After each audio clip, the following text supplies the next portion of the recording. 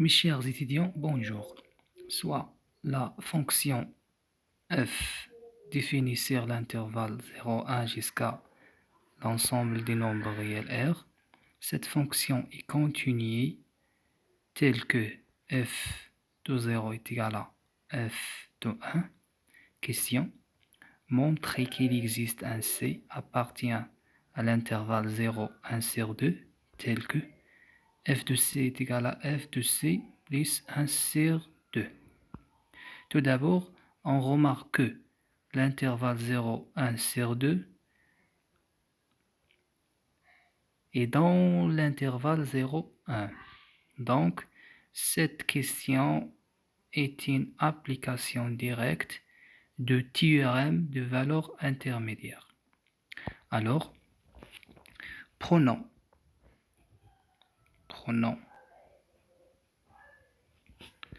g de x est égal à f de x moins f de x plus 1 sur 2 sur l'intervalle 0, 1 sur 2.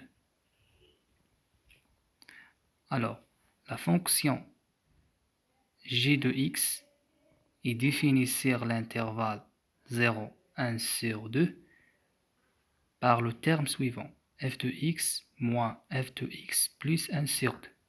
Alors,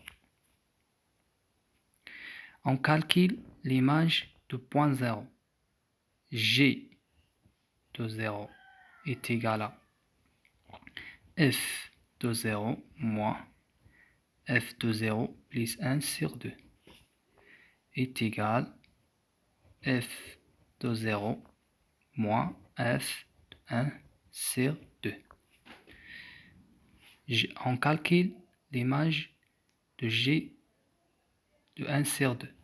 G de 1 sur 2 est égal à f de 1 sur 2 moins f de 1 est égal à f de 1 sur 2 moins f de 1 est égal à f de 0. On remplace f de 1 par f de 0 moins f de 0.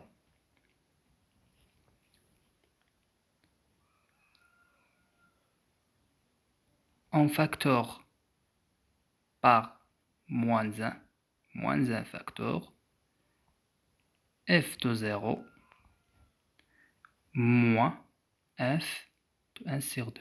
Lorsque la produit de 1 moins 1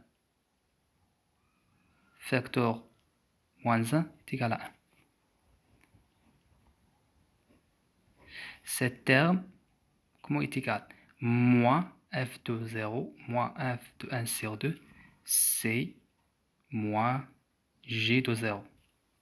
Le terme de g de 0, f de 0 moins f de 1 sur 2 est égal moins g de 0. On remarque que l'image de g de 0 et g de 1 sur 2 du signe contraire. Donc, de plus,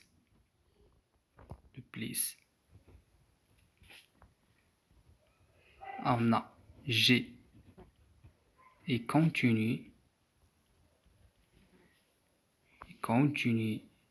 sur l'intervalle 0, 1 sur 2, car la fonction f dans les données est continue sur l'intervalle 0, 1.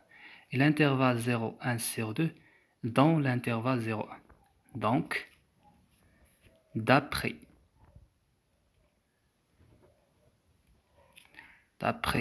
le théorème de valeur intermédiaire, il existe un C appartient à l'intervalle 0, 1 sur 2, tel que deux points G de C est égal à 0. C'est-à-dire, on remplace le terme de G par f de x moins f de x plus 1 sur 2. Donc, Donc, G de C est égal à 0. C'est-à-dire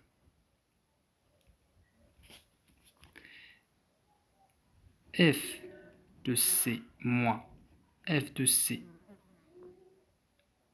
moins f de C plus 1 sur 2 est égal à 0.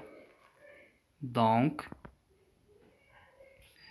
f de C est égal à f de C plus 1 sur 2. Et voilà le terme final de la question.